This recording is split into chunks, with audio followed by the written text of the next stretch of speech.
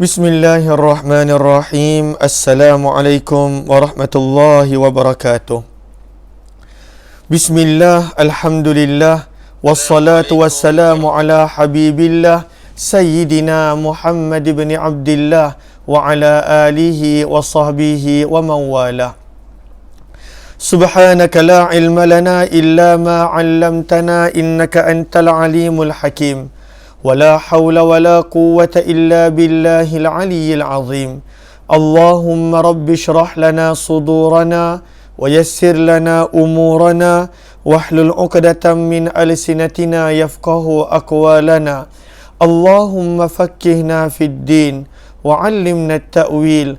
اللهم ألهمنا مراشد أمورنا وأعذنا من شرور أنفسنا برحمتك يا رب العالمين والحمد لله رب العالمين. Alhamdulillah, thumma alhamdulillah. Apa khabar sahabat-sahabat semua? Selamat malam. Salam pertemuan dalam program khas Maulidur Rasul yang kita namakan sebagai peperangan Rasulullah sallallahu alaihi wasallam, dan pada malam ini dah tiba malam ke-25 siri yang ke-25, minta maaf.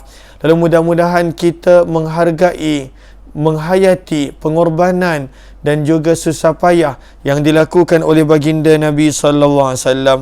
Ahlan sahabat-sahabat yang berada di ruang komen. Saya nampak ada Hardi Suhaimi, Fauzan Muhammad, Safia Sapian, Maryam Umar, Zaliha Kamaruddin, Ninda Anis, Galik Spirit, Nurazia Mukhtar, Yaya Lia, Habibah Suib, Tuan Nurahim Syarif, Siti Mazura, Kamiza Muhammad Amil dan juga Zaliha Kamaruddin. Kita sekarang berada pada tahun yang kedua Hijrah. Pada tahun yang kedua Hijrah, daripada sudut garis masa kita telah belajar pada muka surat yang ke-38 hingga 39. Namun sebelum kita teruskan apa yang patut kita baca dan kita teliti pada malam ini, apa kata sama-sama kita lakukan perkara yang penting, iaitu perbetulkan dahulu niat. Moga-moga pertemuan kita dan juga apa yang kita lakukan adalah kerana Allah Subhanahu wa ta'ala. Nawaitu ta'alluma wa ta'lim wa tadhakkura wa tadhkir wa naf'a wal intifa' wal ifadata wal istifadah wal hatha ala tamassuki bi kitabillah wa sunnati rasulillah sallallahu alaihi wasallam wa du'ai ila al-huda wa dalalati ala al-khair ibtigha'a wajhillah wa mardatih wa qurbih wa thawabih. Amin, amin ya rabbal alamin. Lalu jangan lupa sahabat-sahabat, ketika mana kita datang pada nama Rasulullah, perbanyakkan selawat. Saya sebut je dan kita baca je nama Rasulullah, selawat. Lalu orang yang bakhil adalah orang yang apabila disebutkan nama Nabi sallallahu alaihi wasallam, falam yusalli alaihi, sabda Nabi, dan dia tidak berselawat kepada baginda Nabi sallallahu alaihi wasallam. Lalu ketika selepas daripada kita membaca garis masa dan juga apa yang berlaku pada tahun yang kedua Hijrah, bermula bulan yang pertama sampailah bulan yang ke-12 Zulhijjah. Lalu ada peperangan bermula daripada Abwa sampailah peperangan As-Sawiq, dan kemudian berlakunya peristiwa penukaran kiblat. Selain daripada peristiwa yang besar adalah peperangan Badar. Maka penulis buku mula detailkan tentang apa yang kita telah bincangkan pada garis masa yang kita telah baca pada hari Rabu yang lalu. Hari Khamis kita tak sempat buat perkongsian, begitu juga pagi tadi kita tak sempat buat sebarang perkongsian. Maka kalau kita tengok garis masa, bulan Muharram tak ada apa-apa daripada sudut operasi ketenteraan. Dan bulan Safar adanya peperangan yang keempat, dikenali sebagai Perang Abwa. Lalu apakah cerita dan juga info yang kita boleh dapat daripada peperangan Abwa? Yang pertama, kita belajar jumlah tentera Islam seramai 70 orang dan panglimanya adalah Nabi SAW sendiri. Lalu daripada sini kita boleh nampak sifat kepimpinan baginda, yang mana baginda bukan sekadar menyuruh, baginda bukan sekadar pada waktu itu mengutuskan, tetapi banyak keadaan Nabi sendiri menjadi general, Nabi sendiri menjadi panglima, menunjukkan kepada kita baginda adalah seorang yang walk the talk. Apa yang baginda suruh, baginda ucap, baginda buat. Dan daripada sini juga kita nampak keberanian baginda. Maka pada waktu itu yang dilantik membawa panji-panji tentera Islam adalah pakcik Nabi Hamzah bin Abdul Muttalib, dan wakil ataupun timbalan Presiden Madinah ataupun timbalan Perdana Menteri Madinah adalah Sa'ad bin Ubadah yang dilantik untuk menguruskan Madinah selama mana ketiadaan baginda Rasulullah sallallahu alaihi wasallam. Lalu kata penulis buku, maka antara tujuan misi ini adalah nak memberi amaran dan nak memberi peringatan kepada orang Quraisy bahawa jalan perniagaan mereka ke Syam selama ini selamat tidak lagi selamat. Maka misinya adalah untuk menggugat, menyekat rombongan perniagaan Quraisy, dan pada kali ini Nabi sendiri yang memimpin pasukan ini. Nabi yang pimpin, Nabi adalah panglima. Maka Nabi SAW bawa pada waktu itu 70 orang sahabat. Dan seperti biasa pada permulaan-permulaan ini, Nabi bawa banyak orang muhajirin. Orang Ansar kemudian baru Nabi bawa. Sebab orang Ansar satunya baru masuk Islam. Kemudian Nabi tak nak membebankan orang Ansar pada waktu itu dengan bebanan-bebanan yang mana akan menyusahkan mereka. Maka pada waktu itu Nabi bawa sahabat-sahabat muhajirin 70 orang. Manakala Sa'ad bin Ubadah dilantik untuk menjadi pemangku dan juga timbalan Nabi di Madinah. Kata penulis buku, adakah Nabi berjaya bertemu dengan rombongan ini? Jom kita lihat. Kata penulis buku, setibanya di kawasan pergunungan Waddan ataupun Al-Abwa, maka rombongan Quraisy yang ingin dihalang itu tidak ditemui. Mereka ada kemungkinan sudah melepasi Bukit Waddan sebelum Nabi SAW tiba. Maka daripada sini kita nampak bahawa walaupun Nabi telah merancang, walaupun Nabi telah berusaha, tetapi pada waktu itu tidak kelihatan kerana rombongan tersebut telah berjaya meloluskan diri dan mereka berjaya melepaskan diri. Tetapi adakah kegagalan menjadikan Nabi SAW putus asa? Tidak, jawapan dia. Dan begitulah sepatutnya umat Islam. Dia akan cuba, dia akan cuba, dia akan cuba, dan dia tak akan berhenti cuba.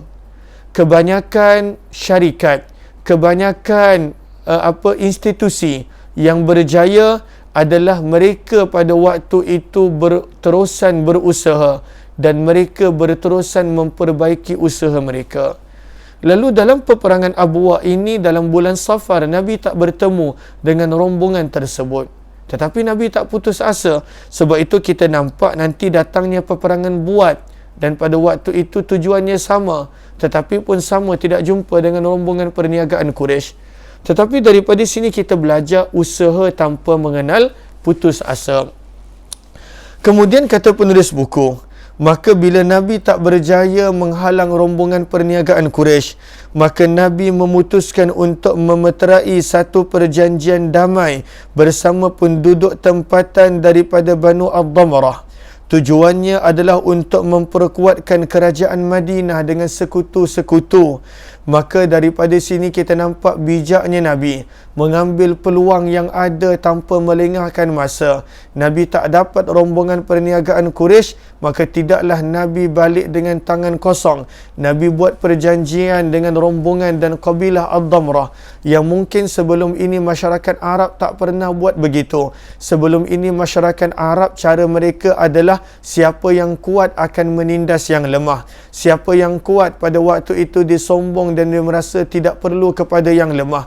Berbeza dengan Nabi SAW pada waktu itu mula membina tanpa orang Quraisy sedar akan Nabi SAW punya network, sehingga bila tiba waktunya mereka masuk Islam berbondong-bondong ramainya mereka.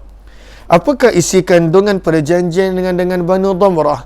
Yang pertama, Banu Damrah akan mendapat jaminan keamanan harta dan jiwa. Tak ada umat Islam yang akan rampas harta mereka. Tak ada umat Islam yang akan mengganggu ketenteraman mereka. Yang kedua, Nabi berjanji, kalaulah Banu Damrah diserang, maka Nabi dan umat Islam akan bantu mempertahankan mereka. Dan yang ketiga, mereka pada waktu itu jika diperlukan, mereka akan datang bantu Nabi SAW walaupun mereka belum masuk Islam. Daripada sini kita nampak betapa cerdiknya Nabi SAW dalam pada waktu itu mula membina networking, dan kabilah-kabilah yang berada di kawasan inilah yang banyak kemudian hari memberi maklumat kepada Nabi tentang pergerakan Quraisy, tentang perancangan Quraisy dan juga tentang apa yang Quraisy ingin lakukan. Di sini kita nampak cerdiknya baginda Nabi sallallahu alaihi wasallam. Seterusnya, pada bulan berikut, Safar adalah bulan yang kedua, Muharram bulan yang pertama, Safar bulan yang kedua, maka berlakunya operasi Al-Abwa. Bulan yang berikut, bulan yang ketiga, Rabiul Awal, maka berlakulah peristiwa Buat Ba Waw Alif Ta. Di manakah ia berlaku? Ianya berlaku di Buat, sebab itu dipanggil peperangan Buat, dan Buat ini terletak di wilayah Radwa. Radat Waw Alif. Maka pada waktu ini jumlah tentera sedikit ramai, lebih ramai berbanding dengan Abwa, iaitu sebanyak 200 orang. Dan kali ini juga Nabi yang memimpin sendiri, dan pada waktu itu Nabi lantik yang menjadi pembawa panji-panji adalah Sa'ad bin Abi Waqqas radhiyallahu anhu, sementara pemangku presiden yang Nabi lantik di Madinah adalah Sa'ad bin Mu'az. Kalau kita perasan di sini kita nampak cerdiknya Nabi. Sahabat-sahabat Sa'ad bin Ubadah yang kita belajar sebentar tadi pada peristiwa Abwa adalah pemimpin daripada kalangan orang-orang Khazraj. Sementara Sa'ad bin Mu'az adalah pemimpin daripada kalangan orang-orang Aus. Maka Nabi bagi kepada Sa'ad bin Ubadah Khazraj, Nabi bagi juga kepada Sa'ad bin Mu'az daripada kalangan Aus radhiyallahu taala anhum. Di sini kita nampak betapa cerdiknya baginda Nabi sallallahu alaihi wasallam. Maka mengapakah operasi ketenteraan ini berlaku? Kata para ulama sirah, bila Nabi lalu sebentar, saya tertinggal satu perenggan tadi pada muka surat 40. Maka Nabi SAW balik daripada operasi ini setelah 15 hari Nabi tinggalkan Madinah. 15 hari Nabi SAW berada di luar Madinah, Nabi balik. Tak lama selepas Nabi balik, Nabi bawa lagi sekali operasi tentera.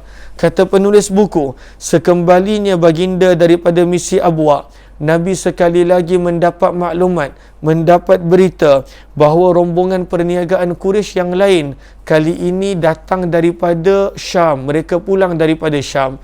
Yang Abwa itu rombongan lain, mereka nak pergi ke Syam, tetapi Nabi tak berjaya halang. Tetapi ini mereka pulang daripada Syam, dan kali ini sangat banyak harta yang mereka bawa.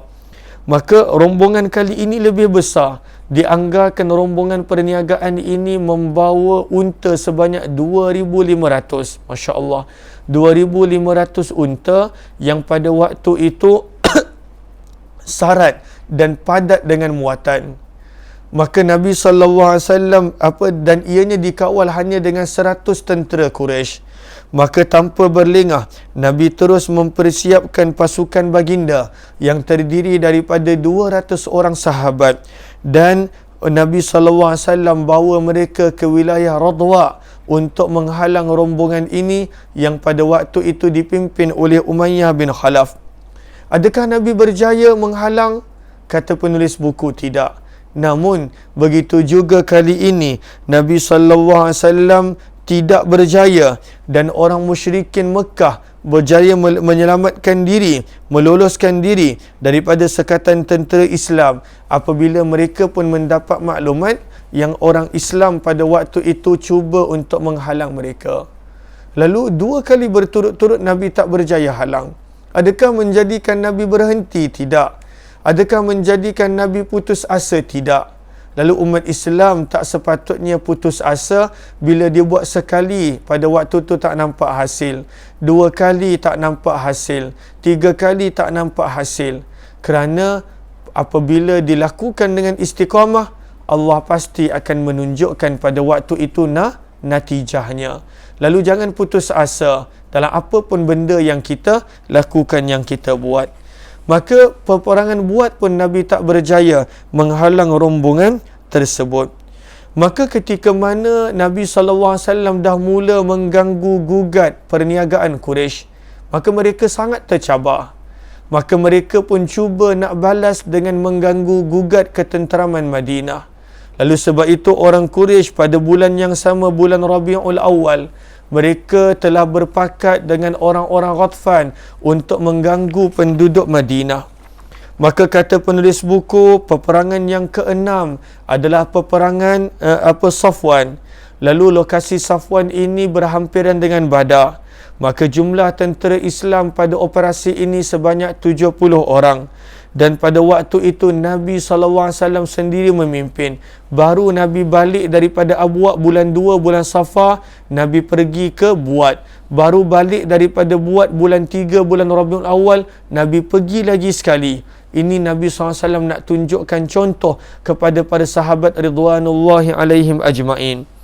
Maka kata penulis buku, maka pada waktu itu Nabi sendiri memimpin pasukan ini, dan yang membawa panji-panji tentera Islam adalah Sayyidina Ali bin Abi Talib. Sementara pemangku presiden yang dilantik adalah Zaid bin Harithah, orang yang merupakan orang yang sangat dikasihi oleh Nabi sallallahu alaihi wasallam. Lalu kata penulis buku, kenapa terjadinya operasi ini? Maka cubaan awal orang musyrik Mekah untuk mengganggu kestabilan Madinah. Mereka pada waktu itu nak mengganggu gugat dan cuba nak menakut-nakutkan penduduk Madinah. Lalu apa yang orang Quraisy buat? Maka mereka mengadakan konspirasi bersama-sama dengan kumpulan perompak daripada Banu Fihr yang diketuai oleh Qurs bin Jabir Al-Fihri. Pada waktu ni dia belum masuk Islam. Kemudian hari beliau masuk Islam, dan Qurs bin Jabir Al-Fihri adalah antara sahabat yang syahid ketika mana pembukaan kota Mekah. Waktu ini dia masih lagi pada waktu itu bersama dengan golongan pemberontak yang mana pada waktu ini diupah dan juga dihantar oleh orang-orang Quraisy. Maka mereka pada waktu itu telah disuruh untuk menakut-nakutkan penduduk Madinah dengan merampas hasil buah-buahan penduduk Madinah, dengan pada waktu itu merosakkan tanaman penduduk Madinah. Maka bila Nabi SAW dapat tahu, maka Nabi kejar kumpulan ini dengan membawa 70 pasukan tentera, dan pada waktu itu mereka tidak berjaya ditangkap sebab mereka berjaya melepaskan diri. Lalu ketika mana tiba di Safwan di wilayah Badar, pasukan baginda tidak dapat mengesan jejak musuh, maka Nabi membuat keputusan untuk pulang. Sebahagian ulama menyebut pada peperangan Safwan inilah, maka pada waktu itu kita belajar berkenaan tentang lajunya lari yang telah dilakukan oleh Salamah bin Aqwa. Salamah bin Aqwa pada waktu itu telah mengejar seorang diri berjalan kaki sambil memanah ke arah musuh, sehingga Nabi SAW bersabda, khairu rajalatinal yaum Salamah, sebaik-baik tentera pejalan kaki kita adalah Salamah bin Aqwa, yang mana kisah tu kita telah ulang dan baca beberapa kali. Ada juga mengatakan tidak, peristiwa itu berlaku pada tahun yang lain, pada peperangan yang lain. Kemudian kita lihat muka surat 42. Masih lagi pada bulan Jamadil Awal. Lalu pada bulan Jamadil Awal ada 3 kali perang pada bulan Jamadil Awal. InsyaAllah yang ini kita akan sambung esok insyaAllah. Mudah-mudahan sahabat-sahabat dapat belajar sesuatu. Mudah-mudahan ada manfaat daripada perkongsian sirah. Kepada sahabat-sahabat yang ingin untuk membuat pembelian buku sirah, boleh sahaja tekan link yang berada di ruang komen. Jumpa lagi insyaAllah. Wabillahi taufiq wal hidayah. Assalamualaikum warahmatullahi wabarakatuh. Terima kasih insyaAllah.